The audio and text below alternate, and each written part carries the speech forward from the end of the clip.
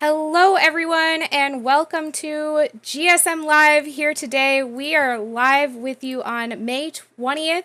I had the date wrong on our chart here, too. Everything is falling apart. I'm trying really hard. My name is Melissa Acid Sunshine, and I am so excited to introduce all of our GSM staff that we're working with today. Hitzel, Future, and Negus. So how are you guys doing today on this very hot, at least in New York, day? Content. It's good. Also, you low key just shout out the fact that Hitzel joined our team without like. I actually did that. I actually did that on Saturday. On Saturday, that happened. So here's the official announcement. Fans actually know. Yeah, everybody knew. Hitzel, welcome to GSM. I know. I do look like the guy who did that Peacock chat roulette, whatever the heck it was, video. I get that all the time, actually. I'm a lot louder. That and Josh Groban. I don't know who he is still. Am I quiet? No, I think it's on my end. I'm sorry, guys. This is my first. Hello. Okay, let me fix that. That should be better. This is the first time I've actually streamed this, so please forgive me for any crazy hits. I need you to sit back just like a little tiny bit. I was getting closer to the Sorry. is that natural? This is the first time that I've been streaming this, so please forgive me for any craziness that might not be quite right. I'm trying really hard, but you know, running your own stream is way different than this type of thing. So yeah, and we changed the way we were doing this. But I just want to make sure everybody's okay. You can all hear each other, you know. Yep. I mean, you guys can hear each other, but they can hear everyone. We Good. can manually mute Negus if we need to, testing. right? Of course. Yeah. Okay. All right. That being said, let's go ahead and jump right into our topics here. So, the title of today's episode is Why the Scene is Dead, maybe? And we have a lot of different things that we're going to talk about in terms of how this is Everyone not... posts your crab emojis. Yeah. Let me see your F's. So, unfortunately, we wanted to have Dr. Prodigy on today, but he's not feeling well. He's going to be in chat, hanging out, but he's definitely not feeling as good today as he could be. So, Tonight sending you have you... me. Yeah. And we're sending you well wishes, Prodigy. But type up paragraphs. Oh, gosh. Okay, so one of the first topics that we're going to go into today is Ink TV, their monopoly, quote, and a break from events. Whole entire scene. They own the whole scene. So this was originally going to start off with a lesson in what a monopoly actually is, led by Dr. Prodigy. So I'll just write his... Yeah, so I'll read his definition that he wrote. That was mine. No, I put. Oh, that was yours? Prodigy, Okay. Prodigy didn't do like I was saying because he was he Then you put go out the for it. tweet. No, I'm not. No. Put somebody Hitzel, like the person below me. Let him take it. He probably make the most sense out of it. I'm We're below all you. in On my different screen, orders. Future's below me, and you're below me. Melissa, I'm talking about on the actual thing. What you The see on actual your screen stream. isn't the same thing that your opponent sees on their screen. That's why sometimes your Okay, first bombs don't do okay. damage. You can change So- it all. Okay, This so way. the definition of a monopoly is the exclusive... It's a board game that everyone hates. Shut up, Hitzel.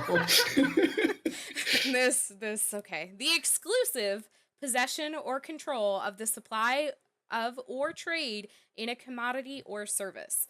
So a monopoly would essentially mean, translated into our terms, that Ink TV is the only group organization that is running absolutely anything having to do Anything with and Splatoon. everything. That would be a monopoly. Therefore, this is not that. Therefore, we wouldn't be doing this right now.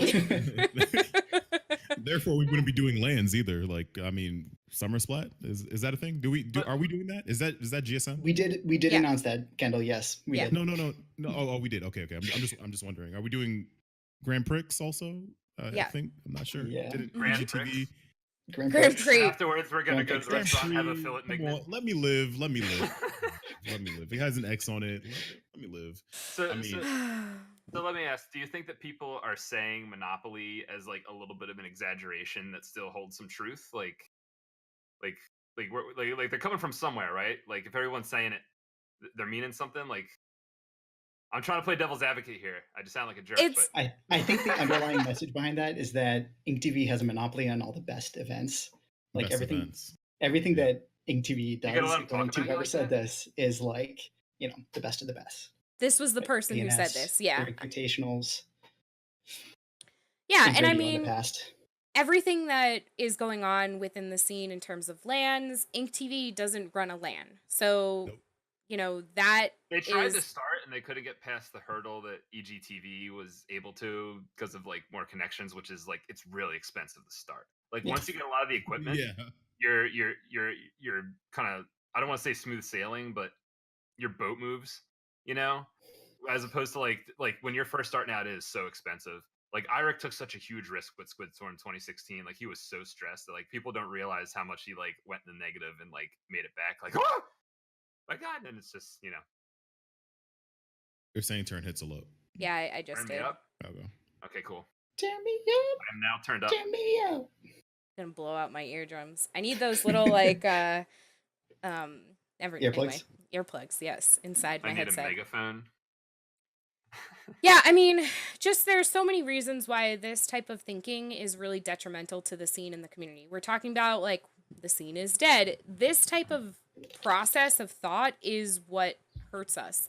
And when you kind of continue to talk about how one group is responsible for all of the events, it's just kind of closing off everyone else who's doing great Yeah. things within the community. It's also kind of like wholly not true. Like It's aside from the fact that like obviously there's like GSM, there's EGTV, and there's like even stuff like Squidboards and stuff like do be pretty relevant. Even things like Ludi are still like competitors, right? Like Right. when you say something like, "Oh, Ink TV has this monopoly" or whatever, like you're like if you define what you're talking about to like this niche where like you're only talking about the niche that Ink TV has, then like yeah, they dominate that because that's their niche. But if you expand from that just a little bit, you see like a lot of different big organizations that do a lot of like they do different things for the community. Like they offer competition in different ways, but they're still like pretty big. Like I think just like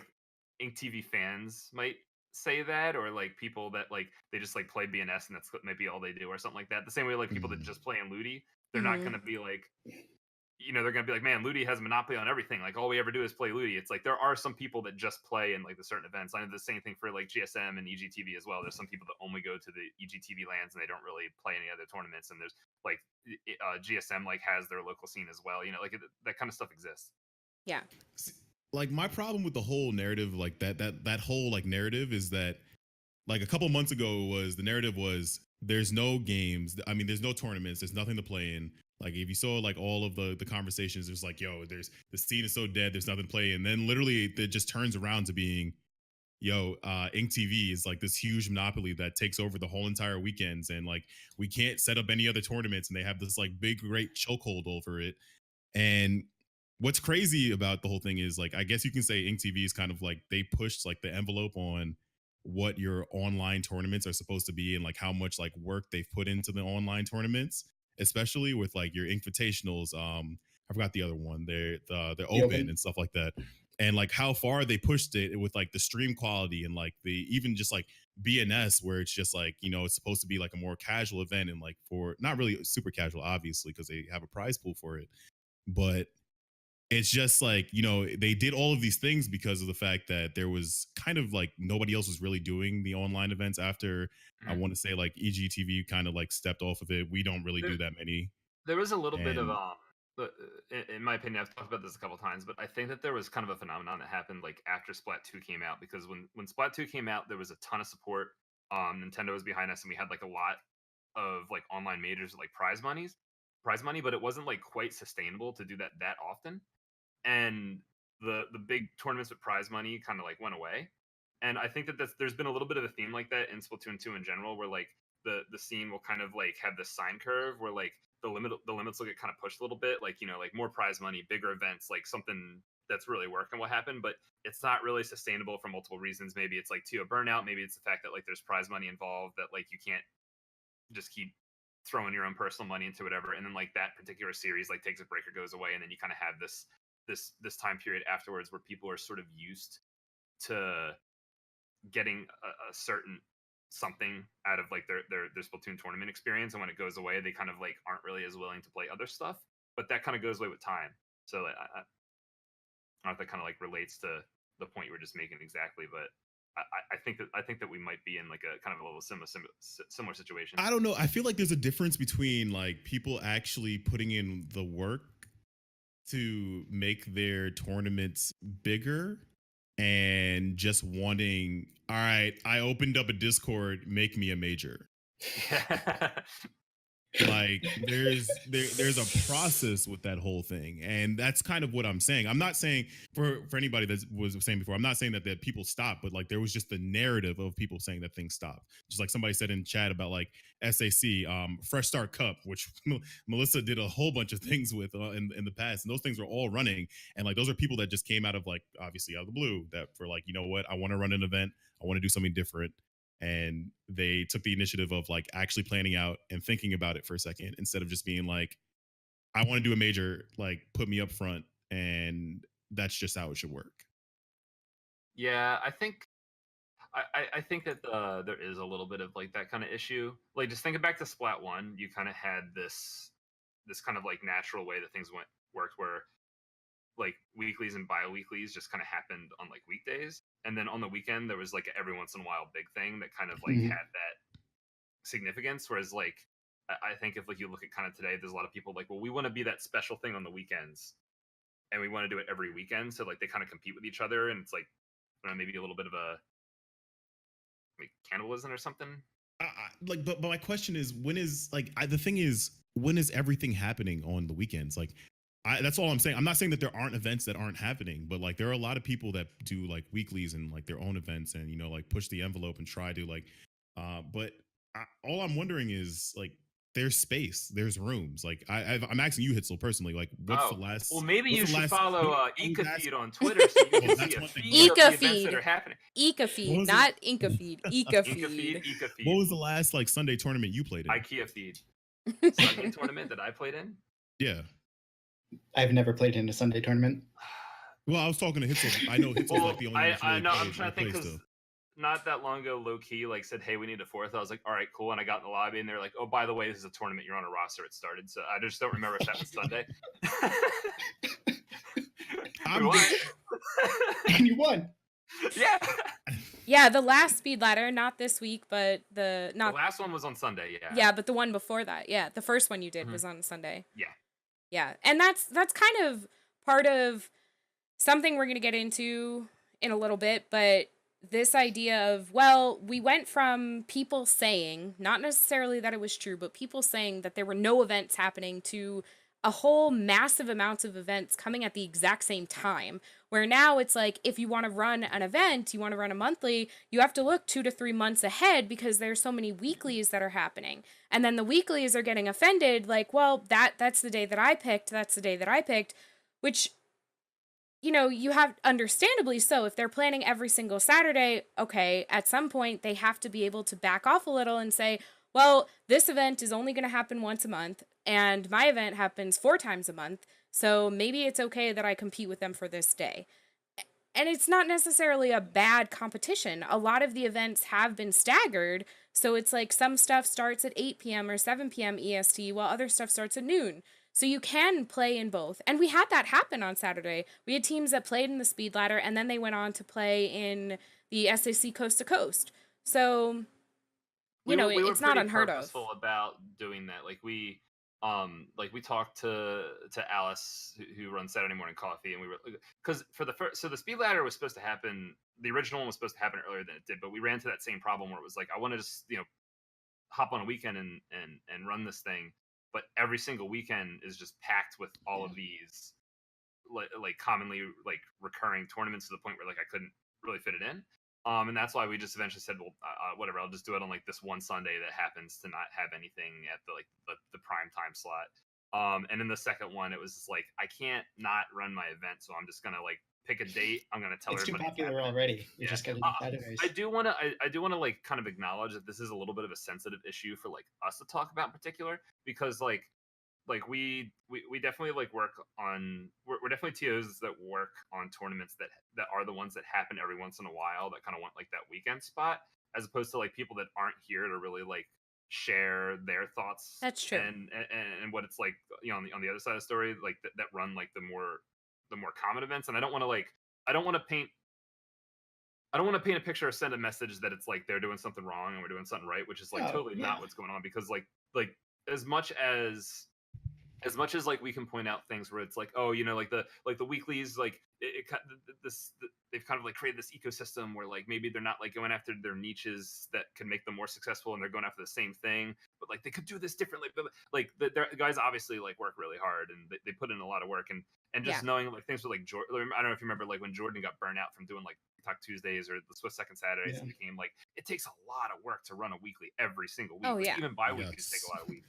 Yes. I take a lot of work. So like I don't want to like as we dive into this topic, I want to make it very clear that we're not trying to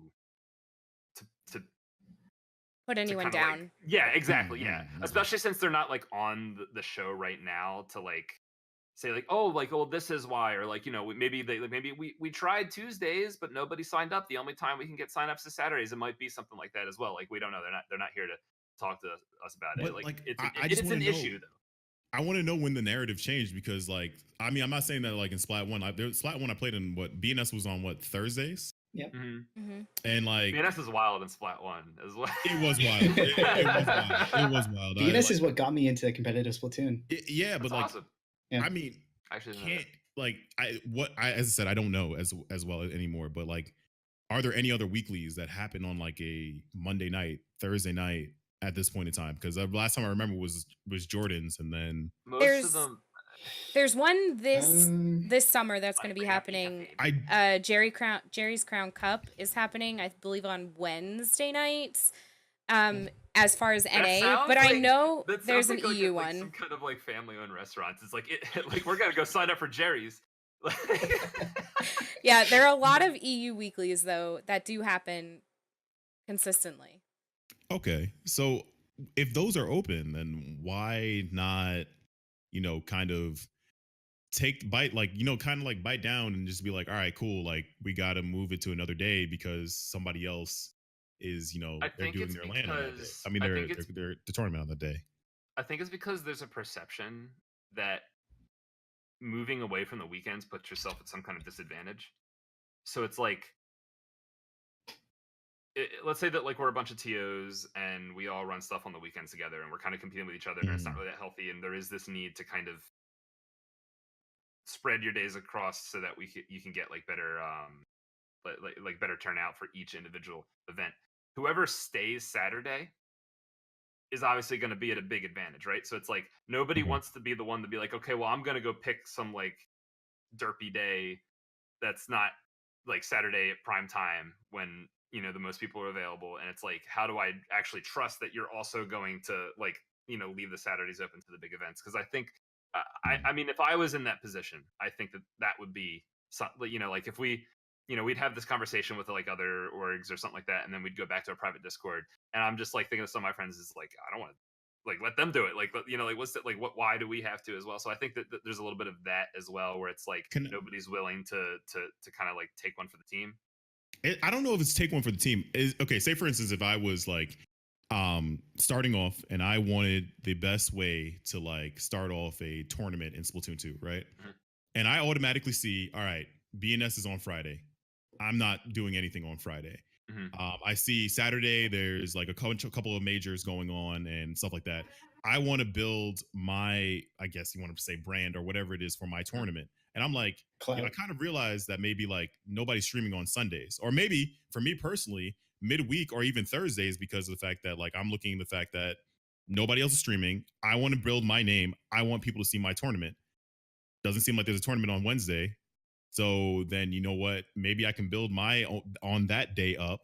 People sign up actually, and then maybe on a weekend now people will recognize it because it's now a recognized and established tournament. Right. I can now be like, yo, guys, we have these people signing up for our tournaments. Do you think like how can we work this out to like allow me to be like, like do run a Saturday tournament or even a Sunday or like something like that? Like if you're doing Wednesdays, This is just free idea for any TOs in chat. Just call it Hump Day, and just make sure Humpback is in every week's map list. There you go. There we go. Marketing. It's humpback only. It's a But humpback also, only.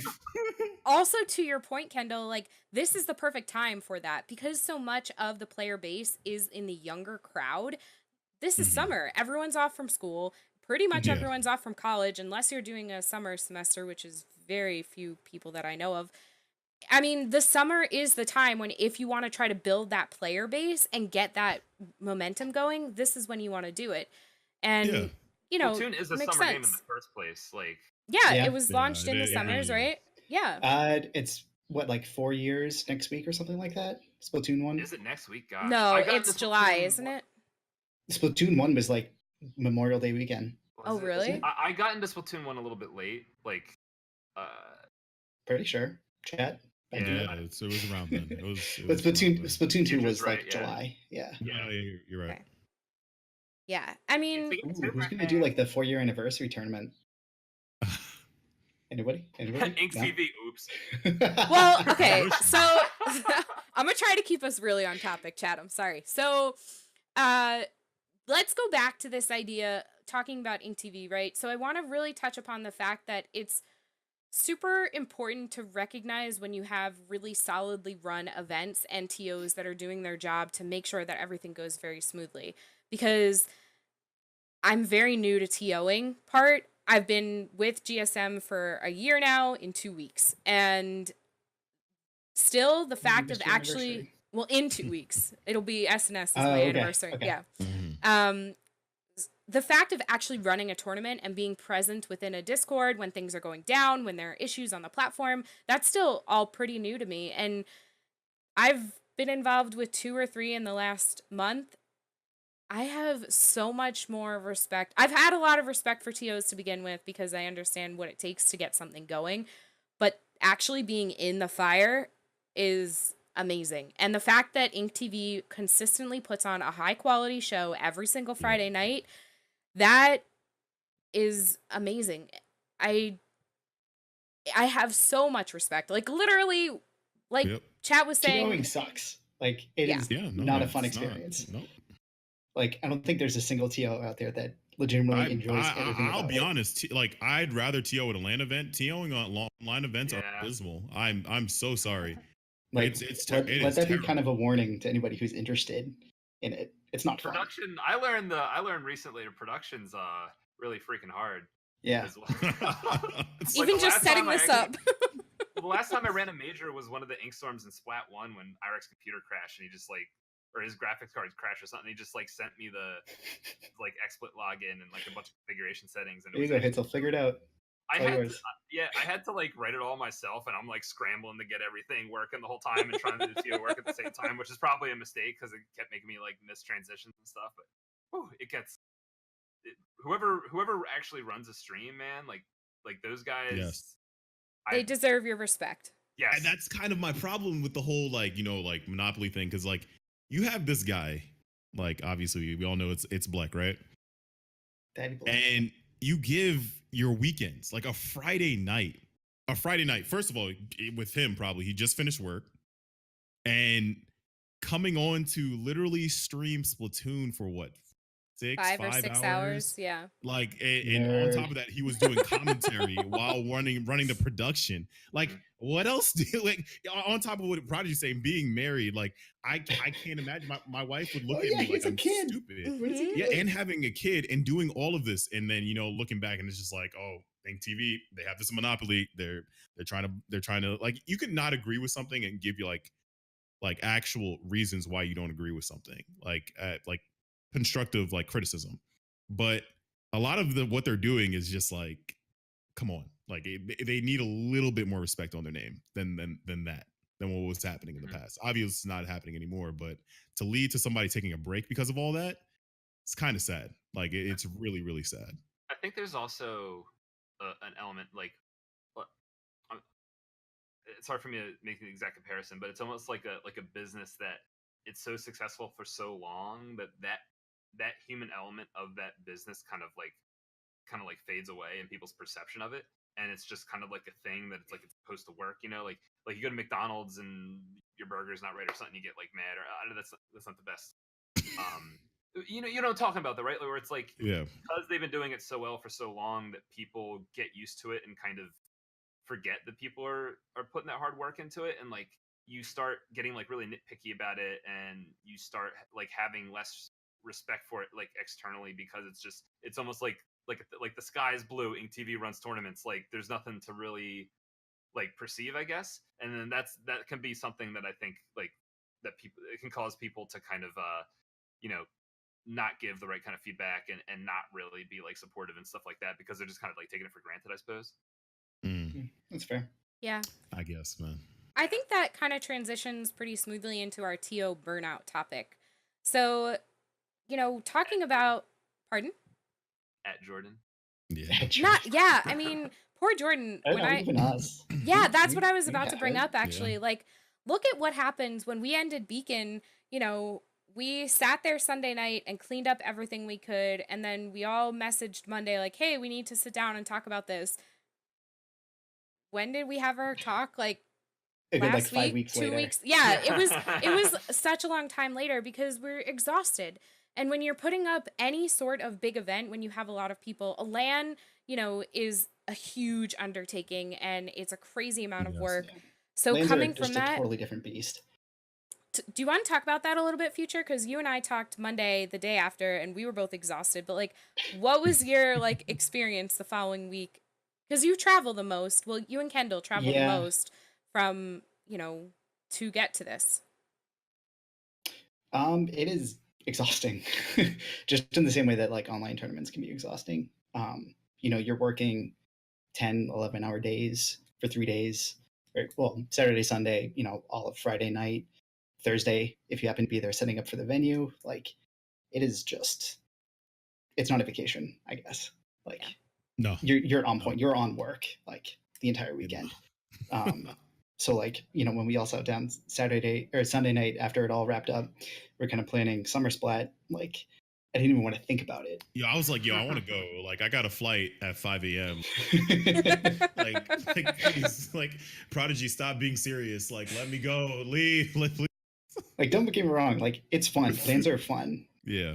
It's great to see all your friends. It's great to see like, the event have success and, great turnout. But it's exhausting. It is. It is. And that's a good point too. Earth brought up hard fact: we all make no money. We make no money from these things. TOs don't have the money to fly people out. For the most part, we've been able, like we GSM have been able to get 9 out for Summer Splat last year because of the community. And that's like a huge deal to be able to say, hey, we supported a major personality within our scene because the community funded to do that. I think you guys paid for my gas money one time, so that kind of counted. Yeah, it's not, it's not like we're saying, oh, we're going to put all this money, all this effort, all this thought, all this work into an event, and then we leave and we're totally exhausted. And you're like, I need a vacation from this whole week of work that I just took off of. I think that's something that a lot of people don't realize relating to vacations, is that a lot of people use their, like, who work like a full-time job or something, like they use their vacation time to do this. So it's like their time off from their actual job is more job. And it's like, it like that adds up, especially like if you've been like involved in Splatoon and you're like doing TO work and going to LANs and all this stuff, like for a long time, it's like you don't get into like an actual vacation like that can add up as well. I think that like that's something that people don't realize. It's also Good luck to everybody TOing at SNS.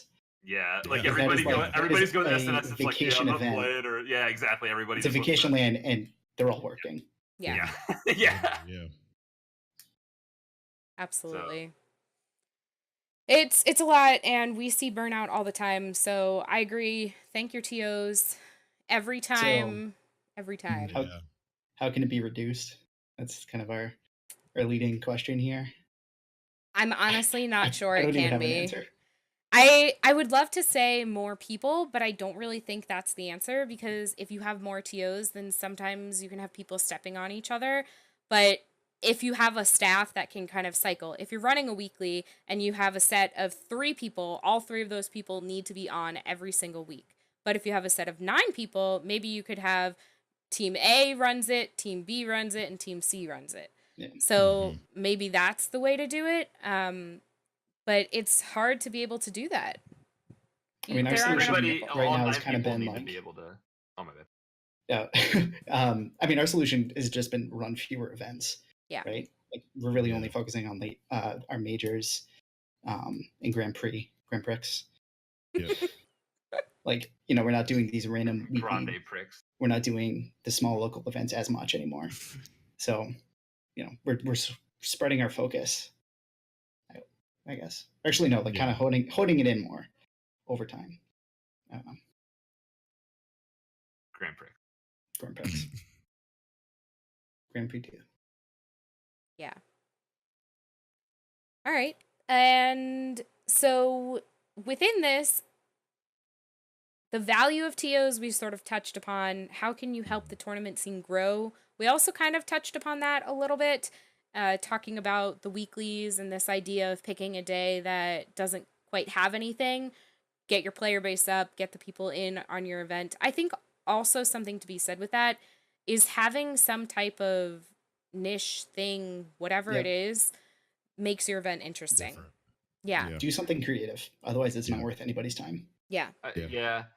I think also that there's some responsibility like that lies on teams, and I like this is definitely a topic that's come up a lot where like, you know, if there aren't like Splatoon teams that are motivated to like be a good team and improve, that especially ones that are like on the up that get a lot more benefit from like weekly tournaments as opposed to like scrims and stuff, like there's definitely like something that results when like a lot of teams like have that drive to consistently practice and improve, where like they join those tournaments and they join them consistently, and they know the other teams that are joining those that are as good as them, and they have like that cycle of like, you know, we practice really hard all week, we join the tournaments, you know, we look at how those tournaments went, we use those results to kind of like hone where we're going to go next week kind of thing. Like if the more teams that are doing that, then tournaments naturally kind of perform better, I guess you could say, because like there's that like supply and demand where it's like there's this demand that teams want a place to like compete and like test themselves and have something to work with, and then, you know, you supply it with like these weekly tournaments and like these majors and stuff, whereas like when that's not happening, when you don't have like a lot of motivated teams that are finding success and moving up, then you don't have that demand to like satisfy with the supply. So like you know, like we can kind of point at like TOs and like, oh, you know, like these TOs aren't like doing this properly or not that properly, and that's why like the players aren't, you know, signing up for them. But it also could be just like, you know, it could be like a kind of like a cultural thing, you know, like we need to maybe look into ways to change the culture of like this community, kind of like something that joins in the first place more. I don't know if that makes sense or not, but I think so. I think kind of on that note as well, something that teams could do is learn the systems and the formats of the tournaments. When you're running into a tournament that maybe is new for you, you haven't done, the day you sign up, take 5 minutes and read through their rule set. Figure out, is this on a platform I've used before? Is it Smash GG? Is it Battlefy? Is it Challenge? Wherever you're using it, just look at the platform and see what it is, because that also helps make a tournament much smoother. And on the TO point of view, if you're not having to like reach out to teams, Are you asking people to read? Yeah, actually, yeah. I think that's not a huge thing. I don't know, minutes. Melissa. I think that it's much easier that like when your teammate DCs, everyone just panic and ask the person who DC'd to read the DC rules to see if we can jump back to spawn or not. That, I mean, it doesn't work, but it's easier. True. Or registering a sub in the middle of the game. I think that's a great plan. Game is happening right now. We need a sub. Yeah. True. So, I mean, I think sometimes familiarize yourself with what is happening on the actual tournament can be helpful too. Or just familiarize yourself with tournaments that are happening in the first place. Yeah. Ecafeed? Was Ecafeed. that what you were going to say? Yeah. I Kia feed. Joining Academy. Kia feed. So the keys to a successful online tournament. What are your thoughts? Let's go around the room here. Who wants to start? Who's first? Everybody screens in a different order. Didn't Jordan actually make a whole pamphlet on how to make a successful or how to be a successful TO? Yeah, but we're going to ignore that and throw our own ideas. Yeah, that requires reading. This is podcast. I'm just asking. That does sure exist. That he did make one. That is out there. I can't listen with my eyes.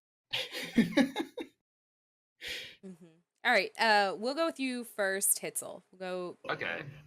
Well, I mean, I'm in possession of one tournament series, but I mean, I guess for me it was I just had like a vision of I had a goal of something that I wanted to do, and I really focused on just talking to people, like getting opinions, working stuff out, like kind of keeping at it for like a long time until it got to a point where I felt confident that I had something.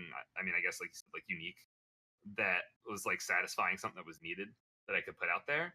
And I mean, I guess like it's also like kind of the way I approach like a lot of stuff, where like I really boil, like cook on stuff. I really like let it boil for a long time, and until like I'm at the point where I'm like, yes, like I'm actually okay with this, and then I let it go. So I mean, we were kind of touching on a little bit, but like, you know, I think that you definitely need to be creative and find ways to offer up like a product that's going to like be consumed. And like with the speed ladder in particular, like I mean, making a ladder was something that I tried to really push for in Splat 1. And it actually was like, you know, it wasn't me that was doing, I was helping. There was a project being done by Ink TV, but then BNS got like super popular to the point where they were like, we kind of are going to, you know, we're going to go with what works. And that was BNS, which, you know, you can't blame them, because BNS is like BNS. No, but I think that maybe, you know, aside from like the obvious stuff, which you guys probably talk, you know, get in touch on with, is like, you know, like the work ethic and like getting like people and like all that kind of stuff. I think it really comes down to kind of treating it like any sort of like business idea, which is that like you have to have this like practical, unique thing that like meets the supply and demand, that is going to entice people to like consume your product. And you can't, it gets to a point where like you can't just hop in and like do the same thing everyone else is doing, like assume that you just kind of take over the market with your one little thing. Yeah, that is Future? the end. Yeah, I'll echo that. You need some unique idea. You know, nobody wants to play another, you know, best of 3 or best of 5 into top cut where it's, you know, single elimination or double elimination. Like, you need some sort of like unique idea to, you know, draw people in. I'd say outside of that,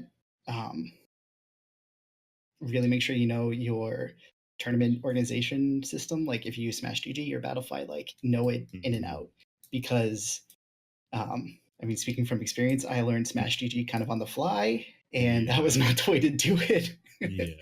Like DMing Eric, like, help me please, everything's on fire. Like, don't do that. Like, make sure you understand the system and how it works before you know, try and take on a giant project. And I don't know, I guess have a stream. That's kind of important, right? If you want to, if you want to draw in more people, you're going to want to stream. Like now, like a if you don't have any sort of video legitimate of it, for people. Yeah, it just raises the legitimacy of it. Especially like if you can get some nice graphics on it or some commentators of, you know, good quality. I'd say those are like the big 3. Anything else is just sort of like nitpicky that you can build over time. But have a good idea, know the system, and get a stream. That's really all you need to get started. Negus, what are you thinking? I actually am going to play off of what Future said. Honestly, there's another part to that. If you don't think you can handle it, scrap the stream altogether. Just don't do it. Literally, just don't. We've done it. Yeah. Just don't stream it. Like, if you don't think that you can handle production, running a tournament at the same time, just do not stream it and run a quality tournament. players will appreciate you a lot more if you just try to actually make your tournament work rather than trying to. I'm not saying that streaming is for obviously like cloud or anything like that, but it's a lot easier to get people to come back if they know that you already have a good tournament. But what I was going to say outside of that is personally, knowing your team, and if you think that you can't be a one-man army, know your strengths and weaknesses and trying to get the right people. It's not very easy, but trying to get the right people to join your team that actually have a want to actually grow the tournament series that you're doing. Because if you don't have those people along with you, after a while, it's just going to feel like you're trying to lug around people that don't want to do what you're trying to do. So that's probably one of the biggest things I would say. That's really it for developing your tournament. Yeah, I agree. I think all those points are really valid. I can't second that having a team that wants to help grow and has the same goals as you do for that growth is really, really important, because otherwise you end up circling around each other with no end in sight. You know, if you just cut what you just said and pasted it into a conversation about like how do you like get your Splatoon competitive team to be successful, like that, like word for word. Yeah. It's kind of funny how that works out. I honestly think that statement can apply for literally everything you're doing in life. A lot of things, yeah. You know, business too. If your business team is working towards the same goals, you're going to achieve those goals 5 times faster than a team that isn't. You know, it's not just about TOs and Splatoon. And at the end of the day, I feel like a mom saying this, I'm so sorry. Everything we're doing is also going to reflect on real life and teaches you these skills on how to like deal with things outside of just this game. Because really it's, you know, we're learning how to deal with people. How do you follow rules? How do you read instructions? Talking about reading, right? You got to read rules. You have to be able to follow instructions on things. And at the end of the day, this game is going to be a part of your life, and it's not going to be the next 50, 60, 70, 80 years of your life. So, you know, take all these lessons and figure out how can I apply what I learned, or even just figure out what did I learn from this? What went wrong and how do we fix it next time? I think that can also really help grow. And, you know, I find frustrations in what I see from like some parents and how they react to seeing that their kids putting this kind of effort into a video game. Isn't like, no, it's a video game, you're not allowed to do that. Or, like, we're gonna like limit the amount that you can do it. And like I think like I mean like I'm gonna be like 30, and I'm sure that you guys can kind of like give your thoughts on this, like, you know, having the experiences that you have. But I feel like as a person and as like as far as like just life experience and things that I can take on to like the workplace, like being involved in like competitive teams and like playing games competitively and like taking this stuff seriously, it's like the skills that really relate a lot to what you were just saying, Melissa, like that I've gained over the years from doing that and taking it seriously. Definitely I apply them like in my professional life and like in school and like all this kind of stuff. And like, and I know Prodigy's in chat, like he can definitely attest to this as well. I think that when it comes to playing video games competitively and being able to do this kind of stuff, like time is like definitely fleeting. You know, like there, like real life is going to like present itself, and you're going to have to like leave this stuff behind. And like you don't really get this many like opportunities to like really get invest. Like if you're good at the game, or if you're good at TOing, or just like especially if like you're younger, like if you're really really good at something and you have that motivation and that work ethic and stuff, like you really should like get everything you possibly can out of it, because like you're not going to be able to be 16 again, you know. Like I don't know, that's just like my and I just get frustrated when I hear about like kids talking about like, and I saw people saying stuff about Shaq. I'm not talking specifically about Shaq like that. I see it a lot where it's like it's just like having the parents that I had that would like that encourage this kind of stuff, and just like having the experience that I had going through this, and then like seeing like what other kids say about how their parents like won't let them play because it's a video game and stuff, and a video game isn't going to bring in the bills or isn't important enough. Like it just frustrates me as someone who's seen it through to hear that, because I feel like there's like a denial of something important for that like kid to have like life experiences. Like I don't know, I don't want to rant about it, but I think I just wanted to support what Melissa was saying there. Thank you. Welcome. Okay, so talking about, this is the last part of like our online tournament section here. How do you develop an online major? So we talked a little bit, we've talked previously in other GSM Live, in other days that we've just talked about things with people on how to develop an actual major, and our kind of key point to that is start with a local, right? But how do you develop an online major, and what are the differences from that and an in-person major? Thoughts? I can start. Sorry, I was totally distracted by that comment in chat. What comment? About my hair. Sorry. Oh. I mean, Brian, would you like to answer the We'll take question? this. Were you paying attention? I was not paying attention.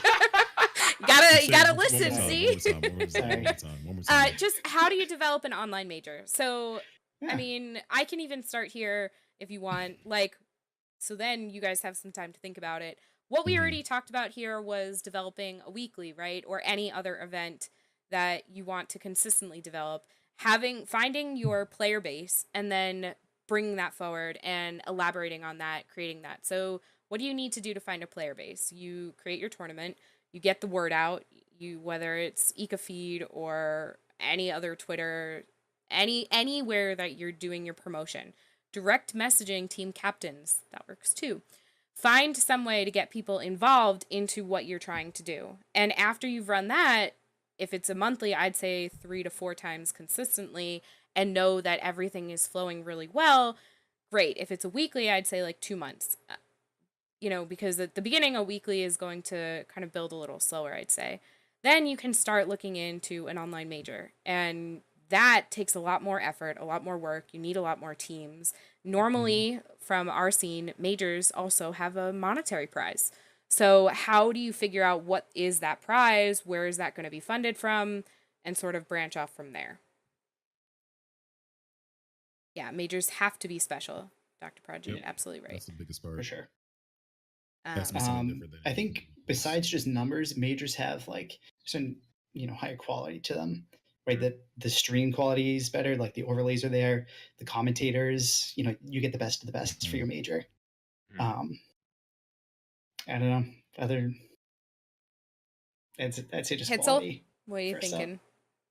Well, it sort of reminded me of a question that got asked in chat earlier that I think Keda said that we kind of skipped over, didn't address, which is like he basically, if I can recall correctly, said that I'm totally fine with the vanilla 2 out of 3 until we get in the top cut that we play 3 out of 5 and like there's nothing special about it. And I don't like when we say like the major has to be special, we don't mean necessarily to use like some wonky format or do like make people play differently or do some like kind of weird thing. Like it's like the fact that I'm saying that, like when I have like the speed ladder, which is like this completely unorthodox like tournament, like even if you want to like call it a tournament, but even like if you look at like let's say like a bi-weekly, like I think like the most successful, like aside from obviously BNS, which has like the big prize money and the super high production stream and like the experience and all this stuff, that it's like these intangible benefits that you can't really like get with a lot of other tournaments. I think that like Swift Second Saturdays / like TikTok Tuesdays, like I think that's like generally speaking, from what I can tell, is probably the most successful like bi-weekly, like like weekly like that style of tournament. And even though that was just a vanilla 2 out of 3 until we get to top 4 and it's 3 out of 5 with like nothing really special going on, it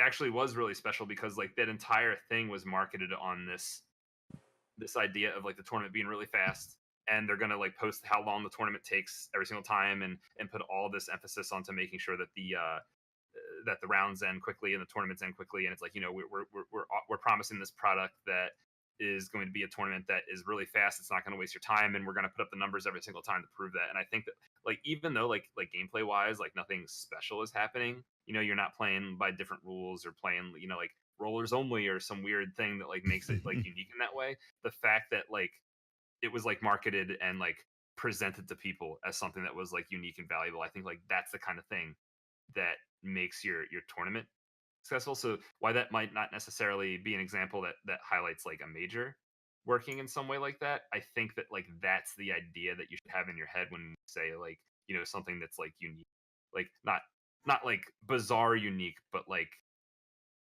Next level than of something that'll regular.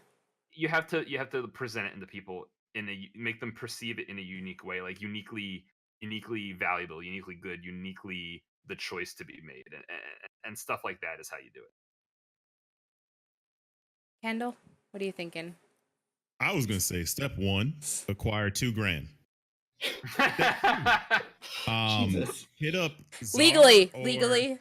Hit. No, I didn't say anything. I just said it. Legally. I'm I saying said acquire. legally. I said acquire. I am I'm saying just Acquire. wondering legally. what Acquire. illegal means of acquiring the money you were Acquire. alluding to, telling him not Acquire. to. Like, I'm It just could be saying it could be stream donations. All right, acquire. But 2, you need a baseball step bat. 2, you hit up Czar, you hit up whoever does Ink TV's videos. I don't know who does it, and then you do a promotional video from the start. Then you hype Ooh. everybody up. Right. You hear me out, right? So you got them with the money. So it's like $2,000, right? And then on top of that, you say like I don't like on top of that, you give out like all your information, and there you go. That is how you successfully get a major going. So now all the teams will sign up because of the fact that you put $2,000 behind it, possibly because I mean, there's $2,000. there's been probably Yeah, if you put interact. $2,000 behind anything, people will sign up. yeah. Yeah. Yeah. Or Nintendo.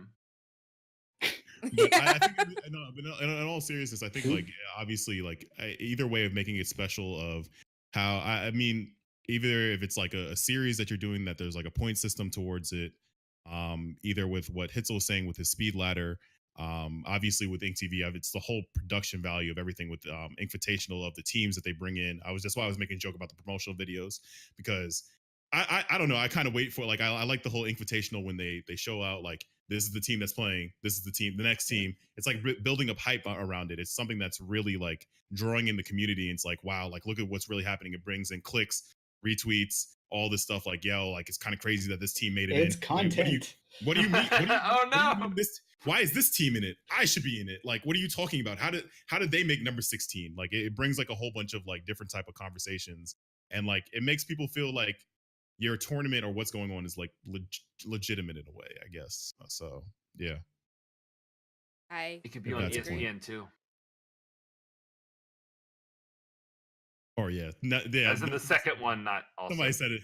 Yeah, just get Nintendo to sponsor it. There you go. That's one way. All right. Great. So that's how you all do it. So let's look forward to Yep, you're seeing getting some of those quizzed. majors. Yeah.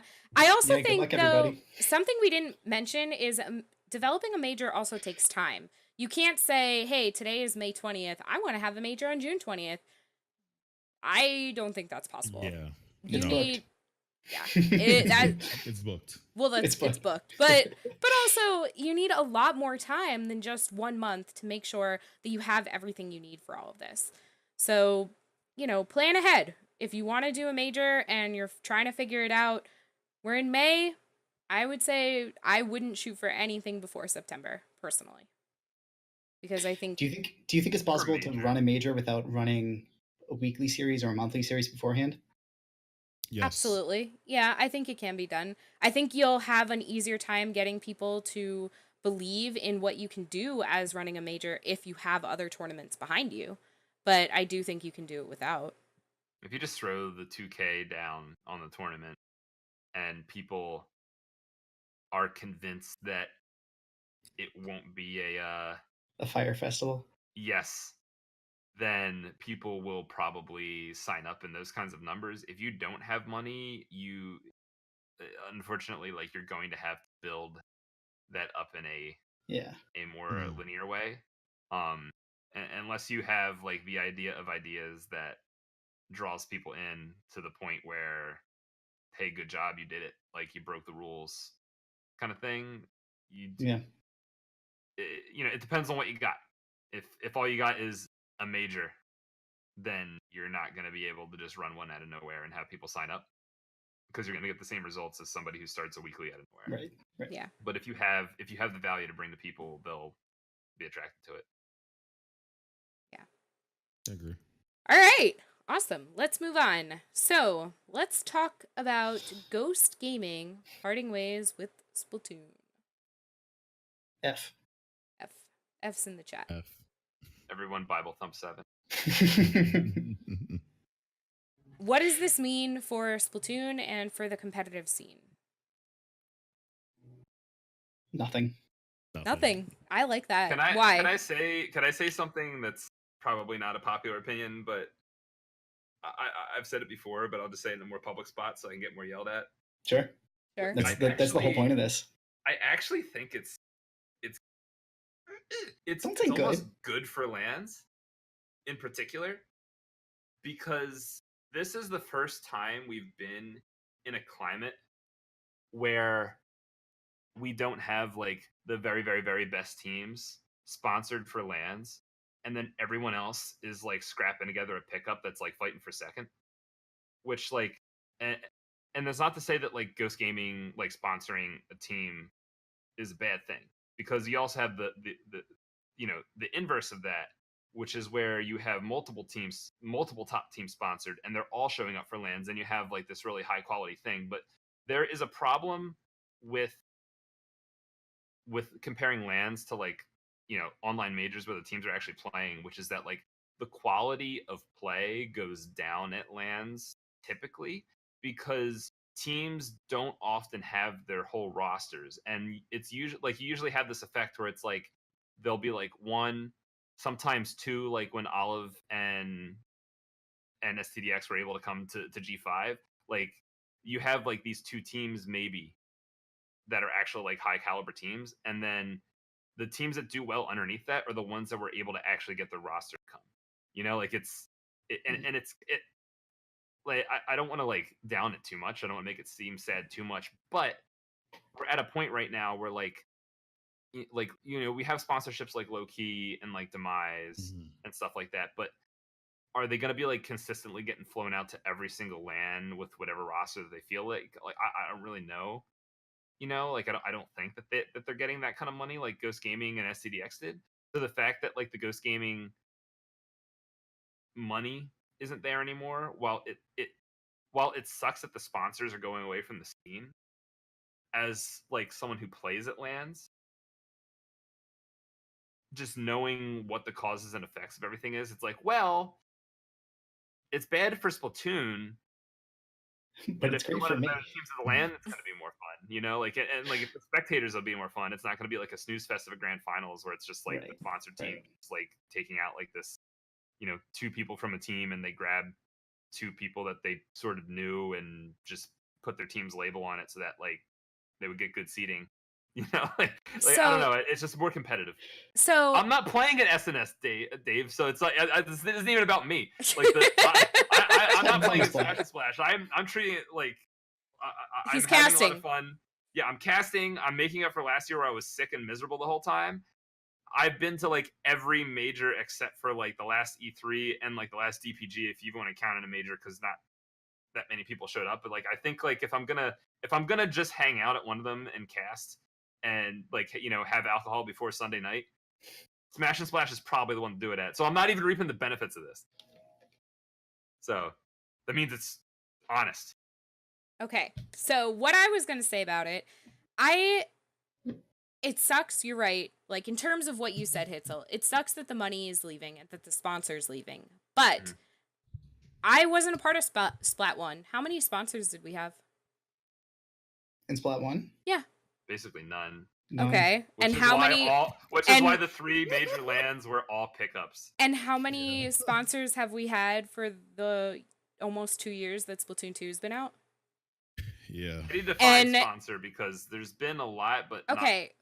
But I mean, are... I'm not even specifically asking for numbers. I'm saying the growth from organizations that have been interested to put some sort of monetary value behind teams in Splatoon went from 0/1 to, I don't know, 5 to 9, depending on what size of sponsor you're looking at for the 2 years that this game has been out. we're talking about, we don't have an announcement about Splat 3, but we can't assume that it's not going to happen because it's been growing. So look at how long it took for a game like Smash to become competitive. Look how long it took for some of these other games that come from Nintendo to become competitive. Nintendo is a relative baby in terms of their competitive scene, especially when you look at sponsors. So I think we have plenty of time. Everyone's freaking out. Is the scene dead? Is the scene dead? Everybody's freaking out. It's uncalled for. It's not dead. I think that there is a long-term problem with the money pulling out.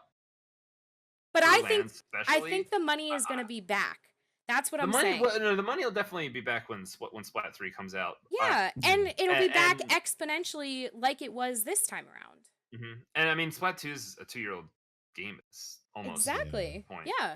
So I mean, there's you can only have so many expectations. Like for example, like that, like the thing with like Ghost also pulling out of like Apex Legends and stuff. Like that's what I was gonna say. Also, people underestimate. Like I've played so many console shooters competitively over the years. Like I've gone from game, and people don't realize that the fact that Splatoon reached this point of like equilibrium where like it actually stayed active, and there's actually like Splatoon, like in Splat 1 and Splat 2, like after they've been a year old, like the competitive community has actually experienced growth of some sort. Like that's almost unheard of. Like like people will say, oh, the game's dead, but this is like one of the exceptions to how competitive games work. Like not many games can actually like sustain a community for this long. And while you're not like Overwatch, League of Legends, like whatever levels of esports, like there's almost like a Kardashev scale of like competitive games where it's like one that's just like kind of, it has a honeymoon phase when it comes out and then it dies. And then there are games that like they sustain a small community that's like active enough to play, but it doesn't really grow. And then you get to the point where it's like the game gets popular, it actually does have lands and have some money involved, but it never like goes like full blown esports. And then there's full blown esports. Like if you look at it that kind of like logarithmic scale, we're high up there, and we continue to be. So like we still have that going for us. The fact that we are able to have a 2-year-old game and say, oh man, shucks, the money's leaving. The fact that we can even say that in the first place, that's a big deal. Is really good. But it's still bad. It's still like bad. It's still bad. Right. But I mean, in terms of the grand scheme of things, I think that's something to be proud of. And I think that's something to say about our community. For all the drama that goes on and the things that happen and how things evolve in terms of specific players and people, yeah, it's frustrating and it's annoying and things are going to go back and forth. But we had sponsors. And we're a community that gets, 5,000 tops viewers on Nintendo? I think that's a pretty big deal. So there's another side to it. I mean, the whole Ghost Gaming thing, there's maybe an argument to be had that maybe like, could you say maybe only like one, maybe two other teams could have deserved that? But I thought about it also. Like I wasn't saying like, oh my gosh, it's that and the other, but it kind of sucks seeing a sponsor that big go away. But like when you start seeing what they pulled out of also on top of it, it kind of makes a little bit more sense. But what I was gonna say is, to be honest, I feel like a lot of people feel like, oh, like there's only certain people that really deserve like a sponsorship in that area, like that high up. How many other teams can you look at? Like how many other teams? Not talking about quality of play, but I'm talking about like content creation. Obviously this goes on to the content thing, but even just who's been keeping count, by the way? Great segue. It's chat's responsibility to keep the just even like saying like with a player, like obviously with like dude, all of them, I think all of them have like at least over like what are they close to, like at least 10 or more like subscribers on YouTube and stuff like that. 10K or more, like around there, like getting close, like 7, around there. But like the amount of work that they put even before the sponsor of having like like building their brand or building who they are as like people in the community. Who else outside of maybe like if people were going to say like, like the fuzzies, the powers and stuff like that, like who else really deserves that? And like who else pushes the envelope that far to get another sponsorship like that? Nobody. Content. Content. I Rhetorical. actually don't agree with that fully, but yeah. Rhetorical question there, Kendall. I think we're not there yet. Yeah. That's really what I'm saying at the end. Like the whole thing is we're not there yet. Yeah. Like all of the other like people that came in are they really, I'm not trying to knock on any sponsorships that are obviously inside the scene already, but are any of them even like close to like Ghost Gaming that we've had? I don't think so. It's hard to get details, but I think like at the most, like teams might get like a little bit of help flying out to something, and maybe like a capture card and jersey. But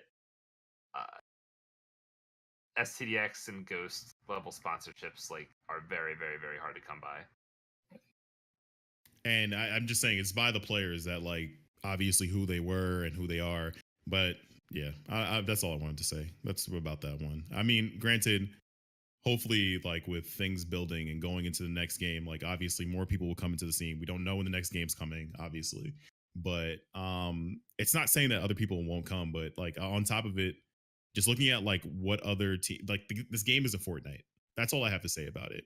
If you're expecting every game to like have this a crazy like it just keeps going, is it gonna die yet? Nope, it's just gonna keep going. It's just gonna keep going. It's you're not gonna get that with Splatoon.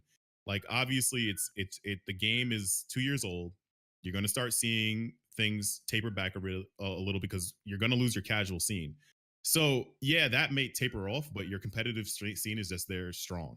The only thing that you're seeing. Game, sorry, I mean to cut you. Well, the thing you said about like losing the casual scene, it's like the casual scene shrinks, but when that happens, it's actually easier to grab casual. That's what that's what I was going to say next. Yeah. Yes, that's what I was going to say next. But like you're still seeing like I think Prodigy talked about on his stream like record numbers for what SNS. Like people are still going to LAN events. Like Beelair had 65 teams. Yeah. SNS is a vacation though. I mean, don't get me wrong, like the numbers for SNS are amazing, but I feel like a huge draw of that is because it's a water park. Because it's SNS, Yeah, because it's SNS. But not everybody has to play, and yet they have 65 signed up teams. I think somebody, EGTV, correct me if I'm wrong, 270 registrants? Yeah, it's insane. Yeah. And, 65 teams out of that is a lot of players because not everybody has to play. That's like online major levels of yeah. Like 64 teams is big. Yeah. I wish you the best of luck, whoever's TOing. Well, wish I could be there. Wish I could be there. Me too. To bounce off of this topic, I think that the proper scale to measure the health of your competitive game is activity and like participation. And Splatoon is a game on that scale, which barely scrapes the ability to bring in money, which is going to be like really inconsistent. So trying to judge Splatoon as a whole based on the money is kind of like, it's not going to get you a consistent answer, and probably people should look at the activity rather than the money.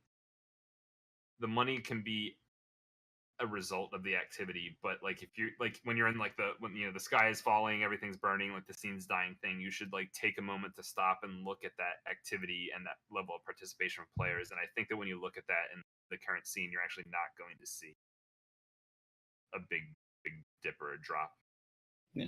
Yeah. All right, let's move on to Dear Competitive Community, aka Content. So, dude's awesome video. It spurred a lot of people talking about a lot of things, mainly content creation. What can you do for content? All of this. Piggybacked off of that, Dr. Prodigy had a fantastic stream about, a lot of the points that dude mentions, and I think both are really worth watching because it's very nice to see he had clickbait his title, but he actually agrees with almost everything dude says. And sorry, spoiled it. It's really, I did really ask good earlier. though. Yeah. It's really good because he makes a lot of fantastic points and things that people who are wondering, you know, what are we going to get out of this and how can I put myself out there can bring up. So, all right. He nitpicked, yeah. And which I think is good though, because you can break down something and say, all right, here's the points that I agree with on this, and this is what I disagree. But as a whole, the kind of conclusion from this is that in order for the scene to stay active, not alive, active, then put your content out there. Thoughts I started using thumbnails. for your videos? Nah, Okay. Good job. seems Yeah. to work. Yeah. Thumbnails are a thing. You know. Kendall, I think you're the one who streams the most out of any of us here. What are your thoughts in terms of content? I mean, like in terms of the video, I understood where he was going, and I agree that it's a pillar with growing the community and like keeping things not fresh per se, but like keeping eyes on within the scene. Um, the only thing that like it is that's interesting, right? There's the whole topic I think Prodigy talked about already is like quality, like, and a lot of people we talked about this a long time ago on Ink Radio, like quality over quantity. And it's hard. Like, it's so much easier just to be like, I stream, be like, all right, here's a whole clip here, and then just go like plop. And it doesn't do as well as it like probably should if I would handed it over to somebody that could edit it or get certain things done. But I feel like the whole content thing more with than like like saving or whatever with the community, I think it has to do with like like those top players or those players that are like at the level that I guess you can say that they're coming in like top fours or top like ones and two, like 2 seconds, and like every once in a while get first place, and they're wondering why like I don't feel like my brand is growing enough, and why aren't people watching me? Why aren't people following me on like Twitter and stuff like that? I think that that's where I feel like that's where it makes a little bit more sense on the content end, because no one knows you. No one knows who you are as a personality. Nobody knows it as like you can't just expect to turn on your stream and then people just to find you. Sometimes it does work for some people, and for a lot of people it doesn't. And I think that like what he's saying is basically for a lot of players, there are a lot of players that they like the certain weapon that you're using. Say for instance, just use power, right? People want to know why power is good. Kiver, same thing. People want to know why Kiver is good.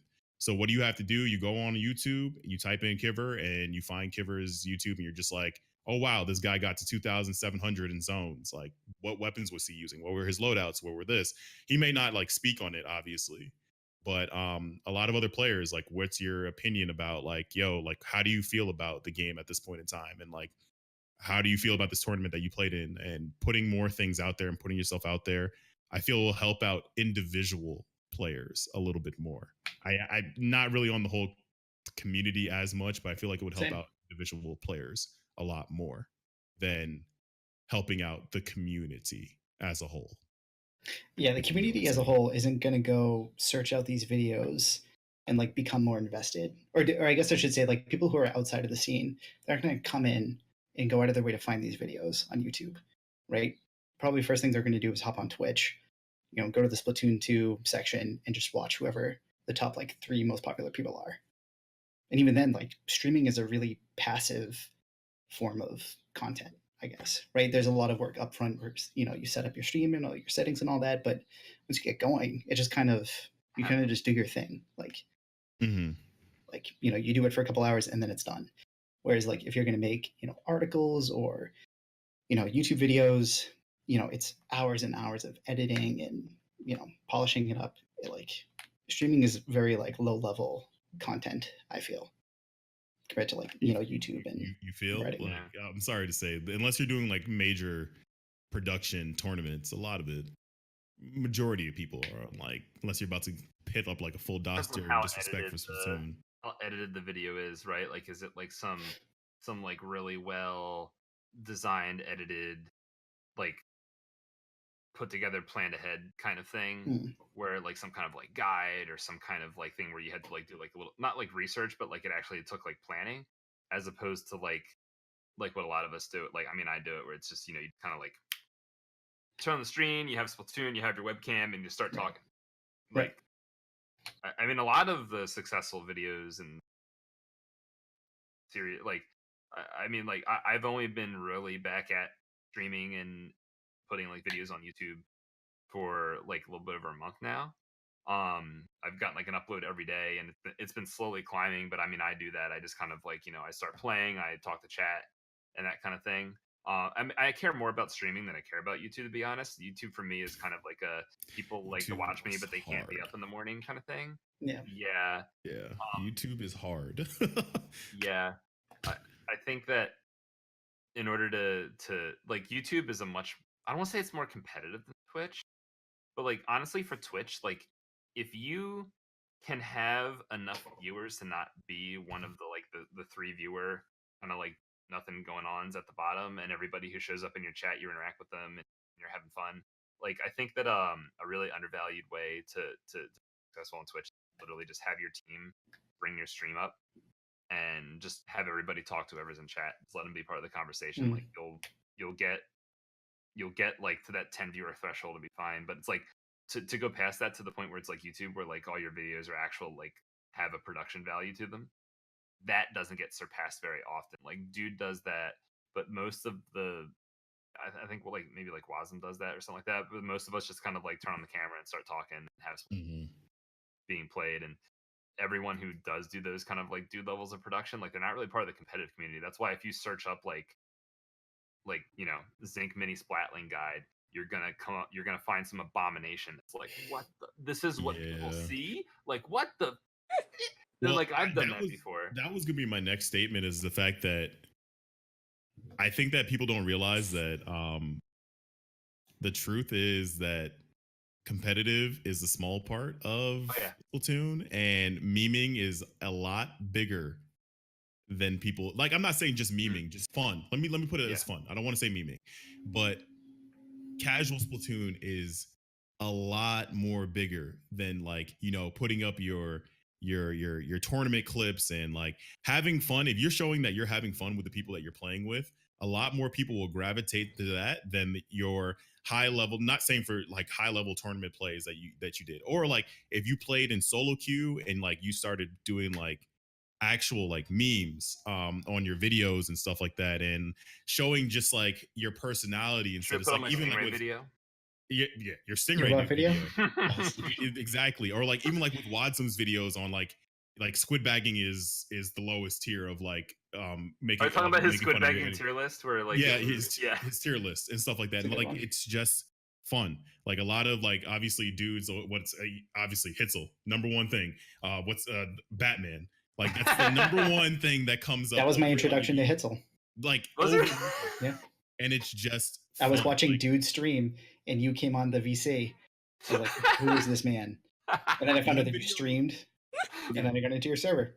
I'm not gonna lie, a lot of my success with streaming was like boosted by the fact that my first stream had like 100 something viewers, because like Dude, Yoka, Ugly Bread, like Talrog, like DJ, everybody hosted me for my first stream. But that was also because I got known because I was the stream monster that was like making stupid jokes in everybody's chat. Like everybody already knew who I was. I thought you were going to say for your burst bomb. Well, I mean, I did get known for that, like, but that's a little bit longer term, because like when I started streaming was kind of like the early of fall 2015. I want to say it was like October, right around then, and like after that, people were like, "Oh, what the heck? This guy like does this weird thing with like burst bombs that I've never seen anybody else do," and that's like why if you say like Hitzel shot, people know what you're talking about. But I also, this is like to kind of jump, but like I saw in chat like Binary Alto saying like, oh, like a lot of people like interact with chat, and when I was saying the thing with like get your team in chat and like interact, is that there's this like this like kind of like abyss of like streams with like 1 or 2 viewers that just kind of like absolutely traps most people that try to stream, and they never get above that unless like they get some kind of like big host or something, and then in which case like the next time they stream they're probably not going to get those numbers. I think that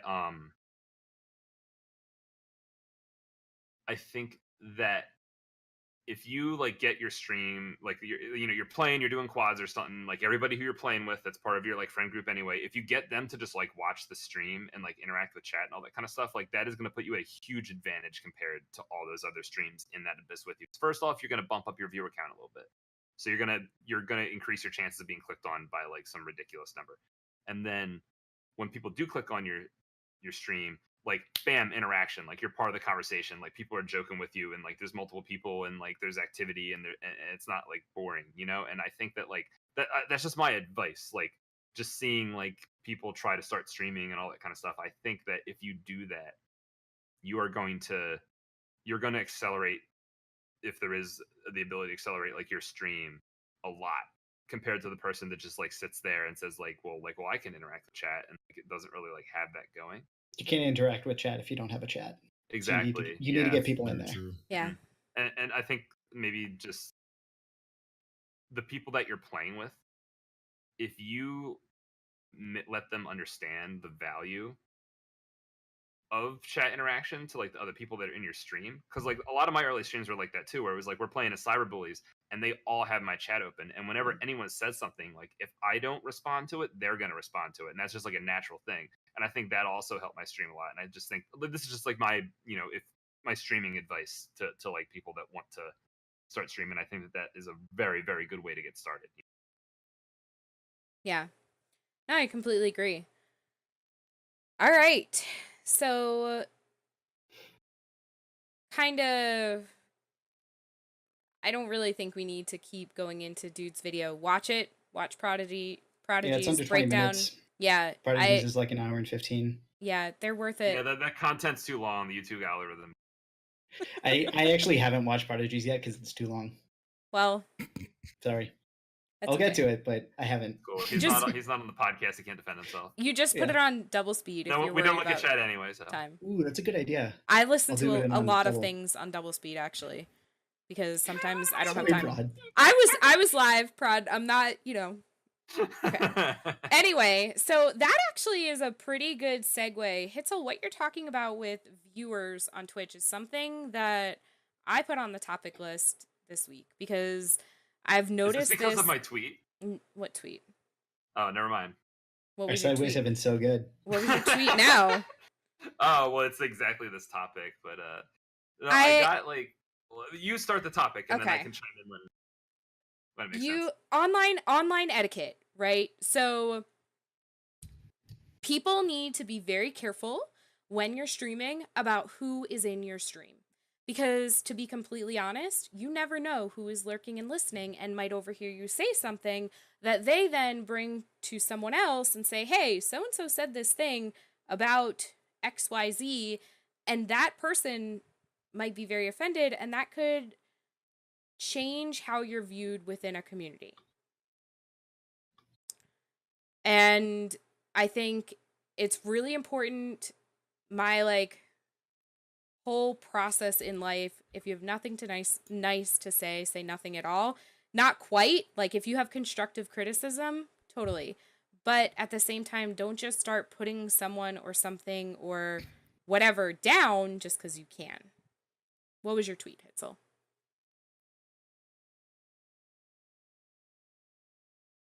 You're muted.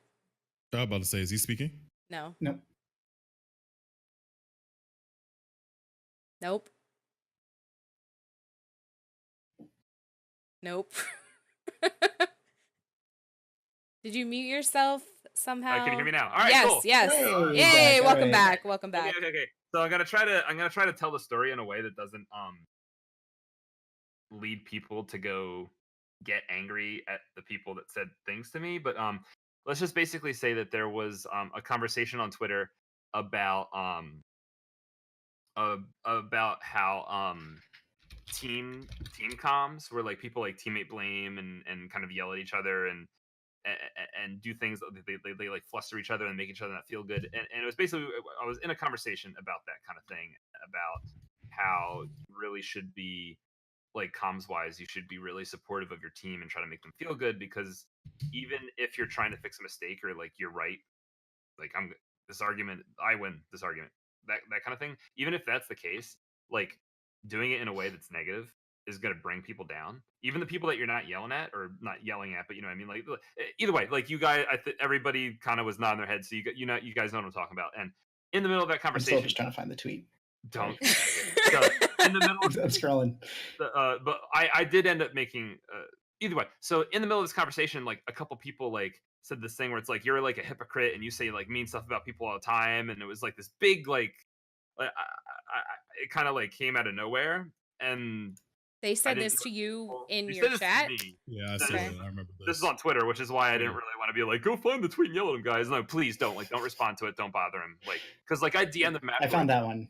Yeah. This one's pretty good. Well, this was in yeah chat. Like, I was like, what do I do about that? I end up DMing the person like the first started like this little chain, and I was like, hey, like, can you like, I don't really think this describes me well. I basically just said, like, can you give me like some examples of like stuff that I've said to hurt people's feelings? Like was it on commentary? Was it on my personal stream? Like what kind of thing was going on? And I waited a couple days and I didn't get a response. So I thought it over and I thought about the possibilities, and what I assumed they were talking about, and like they kind of like grabbed all their friends and said it at the same time, and like this group of people liked it, and I clicked on the profiles and they all like follow each other, and they don't follow many people. But basically, what I assumed what was going on is that people will like be watching me stream, and I'll be playing solo queue, and I'll get like salty at like teammates throwing or something like that, and I'll say something along the lines of like, oh my god, my teammates sucked me through.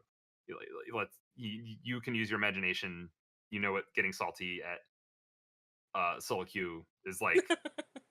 It happens, right? So I don't play it anymore. we've all been there. Well, I talked about Kendall like afterwards. Like we had a private conversation about this, but basically, like, I thought it over, and I made that thread on Twitter, which is basically saying like, hey, like, there's like, as a streamer, if you get upset, if something tilts you or something flusters you, you're kind of trapped. You have to stay on the air. You have to keep talking to people. You have to marinate in it, and like, and there are ways to deal with it and stuff, but people do not realize how difficult it is to control your emotions when you're stuck there like that. Like, you can't get up and walk away. I can't like go chill with my cat. I can't like take a break. I can't just like put on like a YouTube video and just like let something take away my attention and get my mind off of it. Because like when I'm not streaming, I don't play solo queue games back to back like that. I play like one or two, and then I kind of do something else, and then I play like one or two, and I kind of do something else. It's a healthy way to do it. It's a healthy way to do it, yeah. But when you're streaming, you can't, because if you try to do something like that, people are just going to go away. And I was basically explaining that, and I was saying like, on the other hand.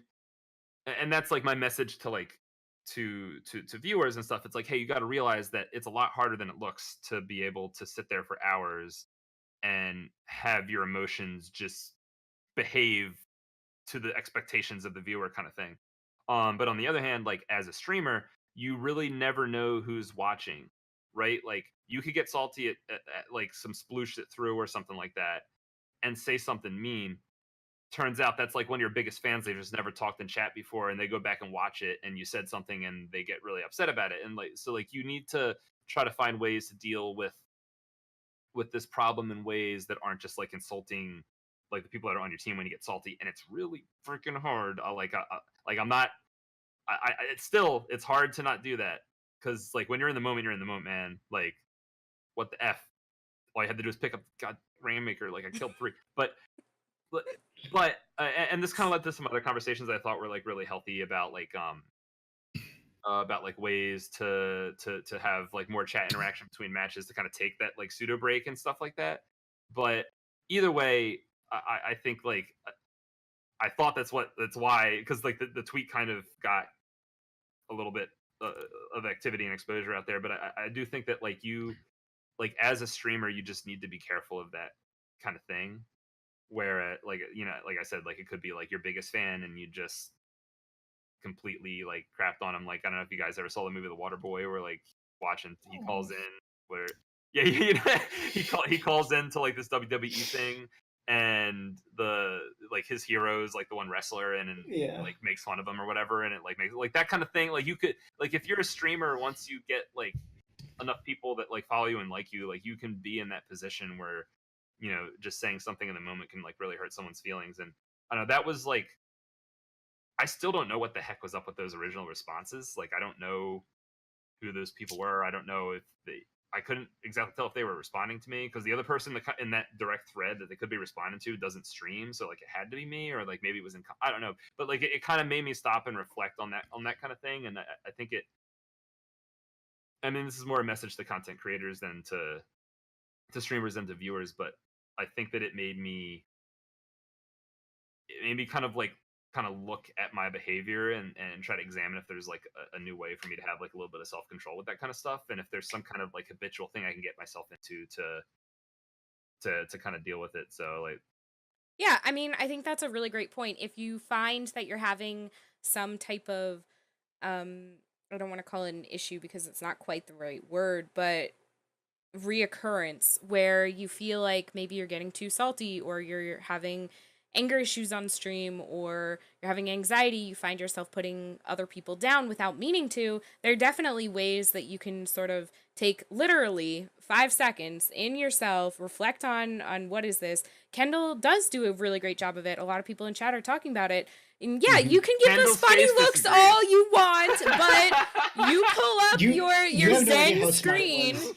Kendall, you have no idea how smart it was to implement like a counter system, like a strike system. Like, oh, if I get 3 strikes for my rage or my salt, like I have to quit for the night. I have to go play something else. Like, Yeah. that is actually a really good system that, we use in school.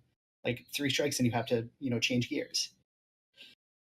so basically, I mean, Kendall you disagree did with well that, by but- treating himself as a Like, child. what I was gonna say, like, you know what, genuinely, I started really like I started genuinely looking back at myself like a few months ago, I really wouldn't have like, it wasn't as bad, but I started realizing for myself personally that like I was just getting too mad. So like that's when I personally started moving away from playing solo queue on stream.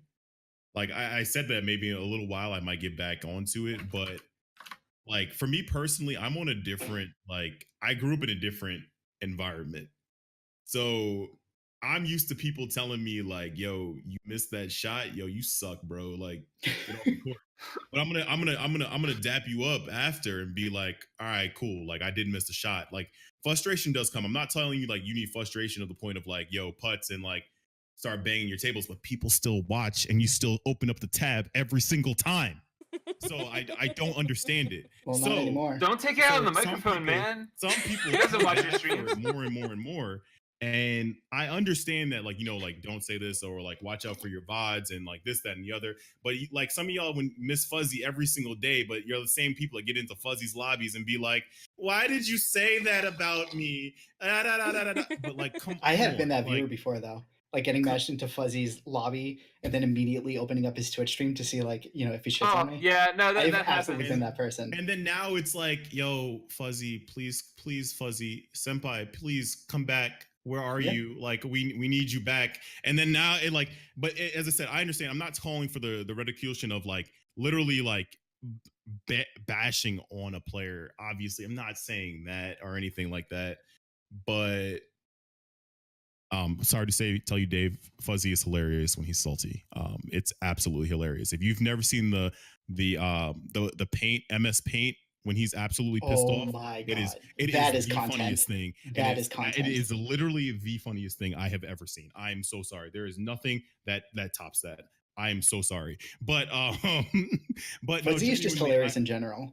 I understand Like, that it's the salty or game not. that I understand that it's the game that we're in. Cool. Like obviously it's Splatoon. Like that's kind of what comes along with it. And like a lot of people don't expect certain things. So me personally, like I don't really like it's yes, I say you see that red X at the top of your screen, do me a favor and click it if you don't like what I'm saying.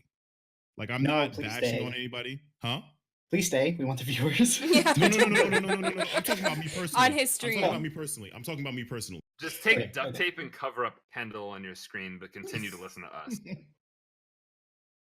But that's all I'm saying. Like, I get what you guys are coming.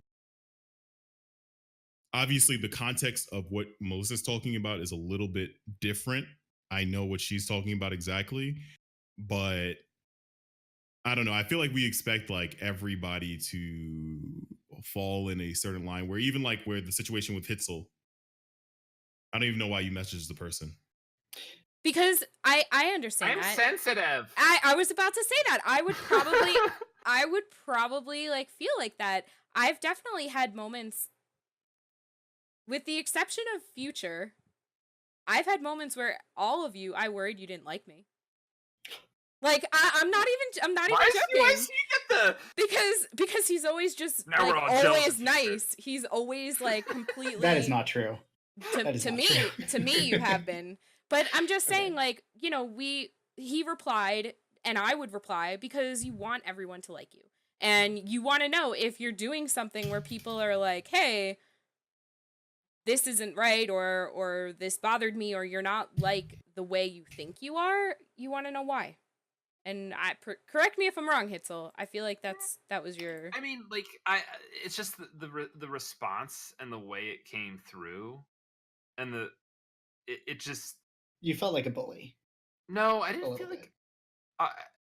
I mean, like clearly, someone was thinking that, but I mean, like I am definitely known for busting balls and kind of like misbehaving and kind of having like a wild side, but I like to think that, you know, me kind of maybe not being politically correct or not like you know having the best behavior.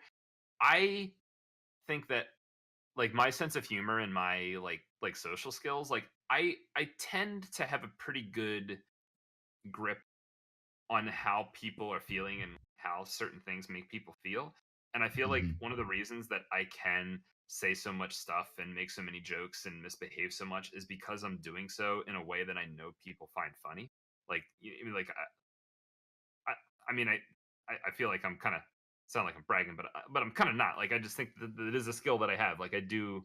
You're funny. I You're yeah. yeah. You're a funny person. Yeah. No, you're A lot of people I get what in the people. scene can't say I that. understand how people are going to respond to certain type of stuff, and I know that that can backfire because not everybody's the same. And like I've had plenty of times in my life where I've made a joke that I thought was funny and other people thought was funny, but then that one person did not Person find didn't it find funny, it funny. and that Yeah, like caused Bill like Shannon. issues that I had to work out. Like that, like just the nature of how I am, because like funny stuff is very important to me, like as a person, you know, and I'm not going to stop. So like I've ran into that problem many times in the past. So like, you know, on one hand, it's like, oh, that I make a joke or do something that, you know, these were like, you know, like you know, the Gen 1 miss, you know, like the 1% chance that like, hey, you know, this person didn't find it funny and I really offended him. But the way, like the way, like the kind of like anger, like how mean those comments were, was like, whoa, like there is some dissonance between like the way that I treat people and the way that these people are responding to my apparent treatment. And I didn't, I don't like, I just, it seemed wrong. Like I couldn't just let that, I couldn't sweep that under the rug. Is like the comments, Whatever. never look at the comment section. They're always going to be mean. I was like, no, something wrong happened here. And I didn't get a response from one of them. Like the original person liked my tweet that I made Oh, after I had some time to think it over. I don't know how to. Fine.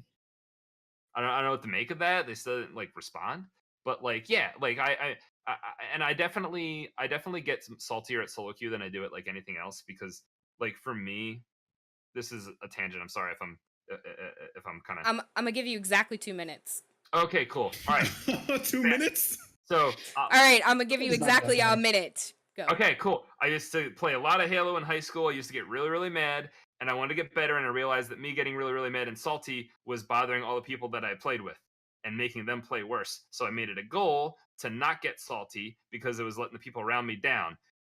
So when I play solo queue and I have teammates, I'm like an angry kid in high school again. That's why I Understandable. get salty, and that's why I get salty in solo queue. I Yeah. don't have the mental structure to stop me from. And I It was think less than a minute. it was great. I'm very proud. I think that's a big part of it, that Kendall's right in that this was not the topic, like, but I didn't even think of it like that, and I'm really happy that you brought this to light, because you're right, you know, people need to be aware of that too. And as streamers, sometimes you do let your attitude and the situation get a hold of things and just escalate without you meaning to.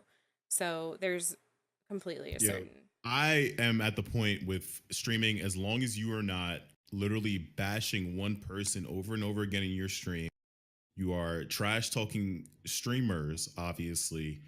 And if it's like a one and done, yo, that person 30 in this match. Like, not saying that you're making a command out of it or stuff like that. Like, I'm not saying that, like, even to the point of like, obviously there's some people that do like blocking obviously stuff like that. But personally for me, when it ends there, that's like, all right, cool, it's done, right?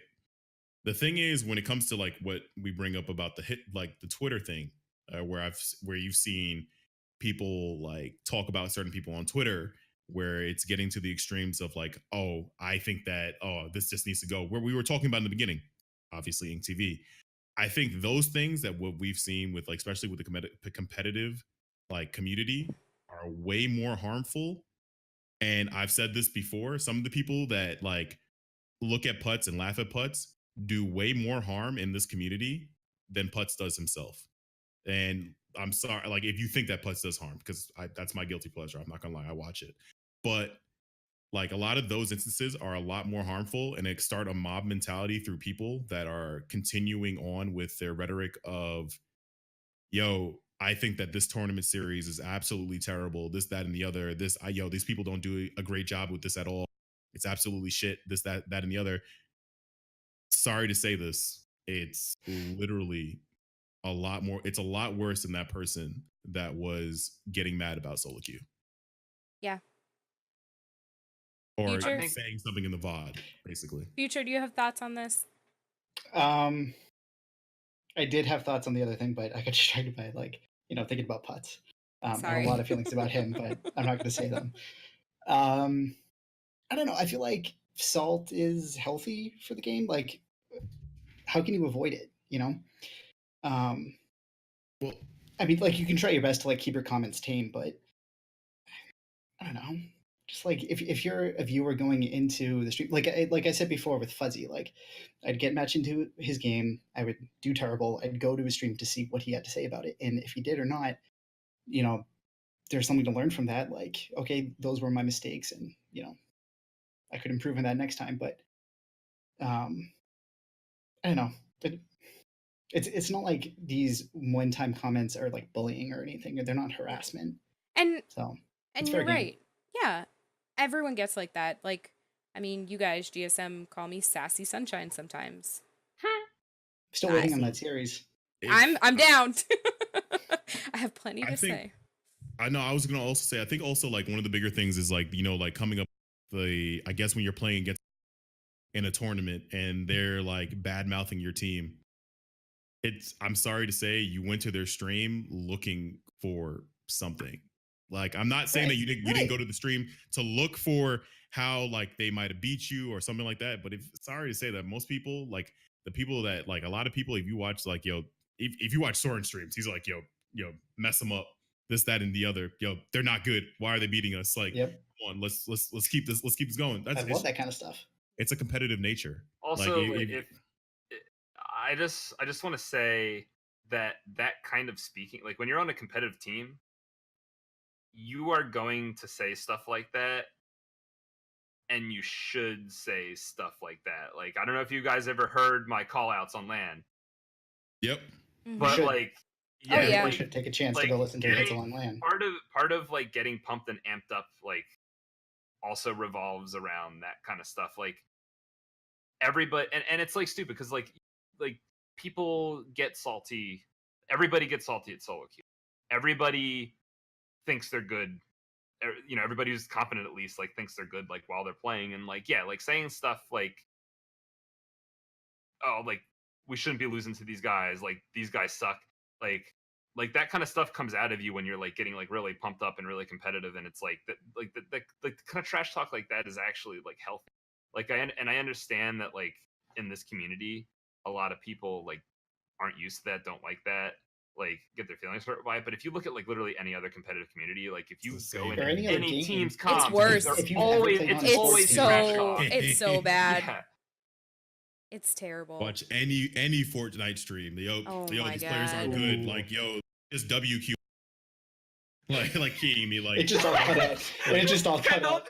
Your mic cuts out at the perfect times where it's like fake censorship where it's like this beep.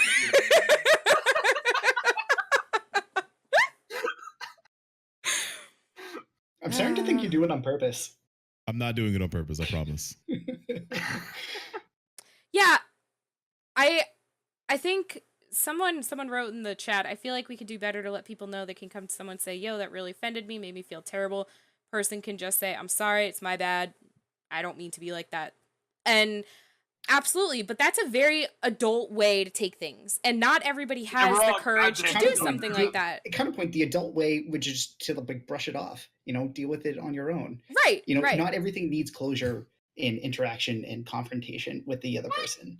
That's true. That's two different ways to look at it. I love drama. Two different ways to look at it. Yeah, absolutely. The adult thing to do first would be to see if you can handle it yourself. Mm-hmm. Yeah. Basically. Unfortunately, we have a lot of teenagers in the community. Yeah. So. Who have not played other competitive games before, which leads to trends. I haven't played other competitive games before. But you're an adult.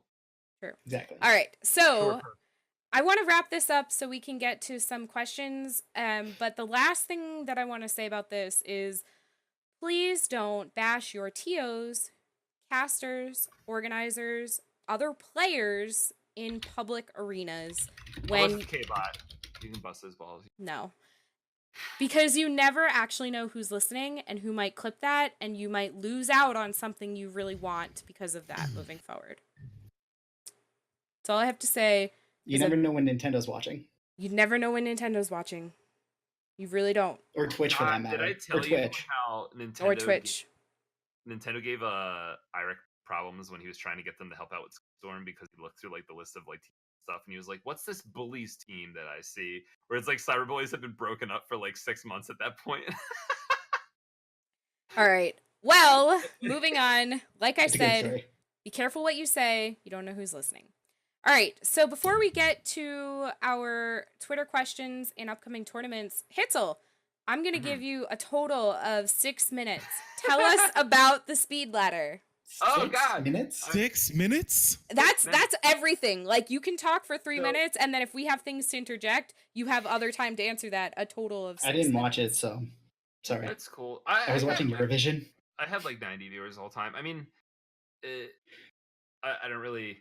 It's kind of a wide topic. I mean, I already talked about like the planning of it and stuff.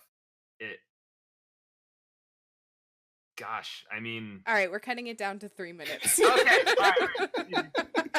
Chat is not happy. I Consolidate your thoughts. Yeah.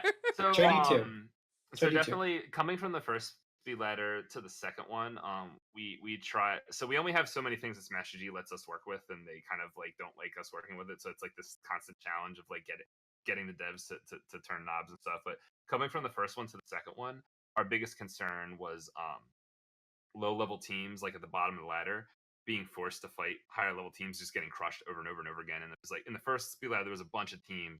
It was like a fourth of the teams had like no wins or one win, like a lot of losses, and that number got cut like in half. And like of those, they were fighting people closer to their rank, and the ratios weren't that bad. A lot of them only played like 2 games and lost and stopped. So like that was like kind of like mission accomplished. In the second speed ladder, we kind of had like the opposite problem, where instead of like the lowest part of the ladder having bad skill matching, the higher, like the Hall of Fame part of the ladder was getting matched with like the middle of the pack too much. So like that's kind of our next goal. And then the other goal is to really think about how we determine first place. Like if we do like a top 4 top cut, or like some kind of like head to head like tiebreaker solution for first place. Because if Ghost and the team that won didn't match each other, which like the team that matched Ghost, from what I understand, like they tried to like lobby snipe them to get that tiebreaker match in. If that hadn't happened, it would have been some weird like Swiss tiebreaker thing. So we basically, like, I know that the format can't really be the most competitive format because it is very random and it is like a bit of a casual format. It's more about playing a lot of games and getting a lot of quality games. It is about like being like a very accurate tournament. So like we have that to still keep in mind, but we also want to like not have it be this thing that just feels like too random and there really isn't first place and there's not like really a reason for top teams to play. So those are like our 2 goals going into the next one. To like basically we feel like we're doing a good job with like lower level teams. Now we want to make sure that the third one, you know, satisfies more of the high level team. That and improve the stream because that's hard. I have a lot of mistakes. We'll work on I it. know it's hard. We'll Yeah. work on it. All right, awesome. Hey, you made it in less than 3 minutes. Fantastic. Yeah.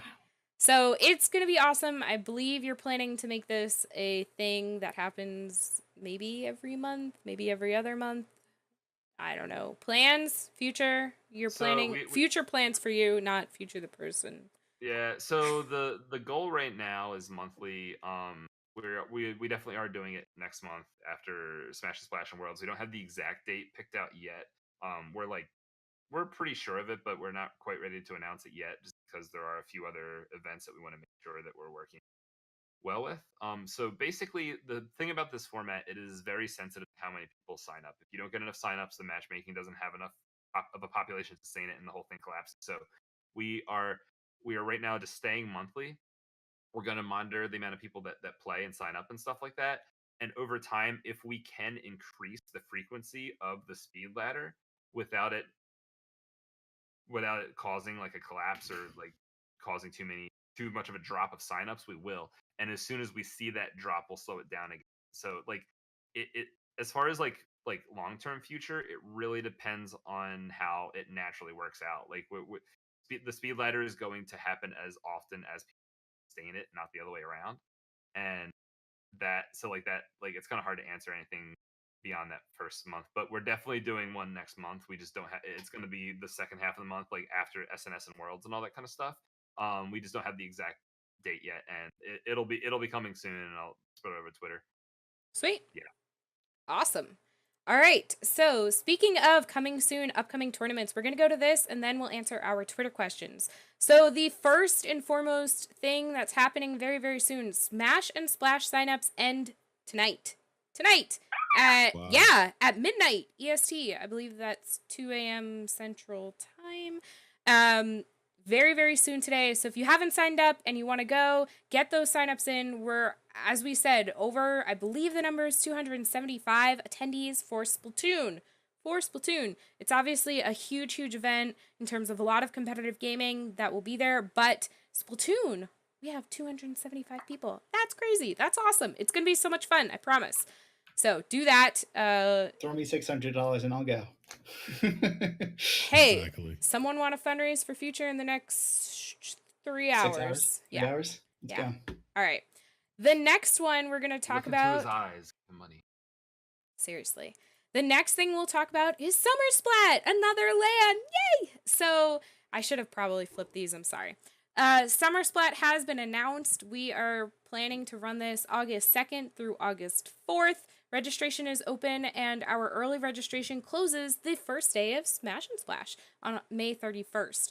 So you want to register now, get that early supporter badge, and get a tank top in. There's the link for that one. And we've also just recently announced GSM Grand Prix number 2. So that's going to be happening the months of June and July. Everything will be explained on the Smash GG. Feel free to check it out. It is a league type event. League type, that's what they're called, right? Circuit. League circuit, thank you. It's a circuit where you can choose to play in as many tournaments as you want. You get points. That'll qualify you for finals. So it's going to be a lot of fun. Yeah, the word just didn't come to me. Thank you. And Speed Ladder does offer points for that, just not as many. True, yes. yeah, we're working with the Speedliner, so that's awesome. Yeah. Yeah, love so it. if you place a certain rank in Speed Ladder, you get points towards the Grand Prix. So it's so much fun. All right, that being said, let's see what Twitter had to say. So Lux had a question, which we've already touched upon. I'm going to read it anyway. Would it be good? Lux. Would it be good for TOs to schedule some more of their weekly, bi-weekly tournaments on weekdays so that not everything is happening pretty much all the same time during the weekend, especially on Saturday? This was brought about today. Yeah, we think it's a great idea. Go for it. I think If you have the time, go for it. Yeah, you have the time. That's really it. We don't, so we won't. Time. All right. So Quentin asked, aside from Prodigy, kind of want to hear everyone else's thoughts and opinions on Dude's video. We talked about that for sure. I think that, ad nauseum, go back to it. Dude Yeah, is a recap. he's Content's great, but it's got to be good. Yeah. quality over quantity. Quality over quantity.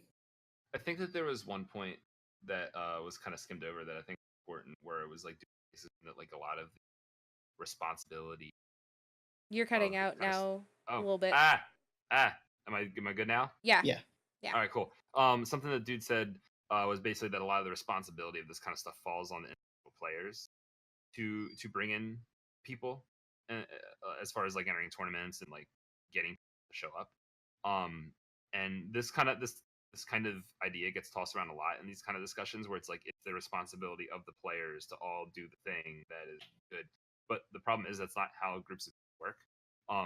Basically, anybody who is in a position of power to influence the way the group is behaving, those are the people that are responsible for changing the behavior of how the group acting, whether that be a player, whether that be a TO, whether that be just a community personality. It's like if you're in a position to do something, then it's your responsibility. If you are in a position to get into a position, then it's your responsibility to follow up on that too. And I think that a lot of times people will point at like TOs or players or some sort of group and be like, I define the different groups of people as such, and this particular group is responsible. It really doesn't work like that when you're talking about like getting a group to behave in a certain way. The way that groups of people behave is a lot more complex than that, and just like you need to be able to recognize who actually can do that.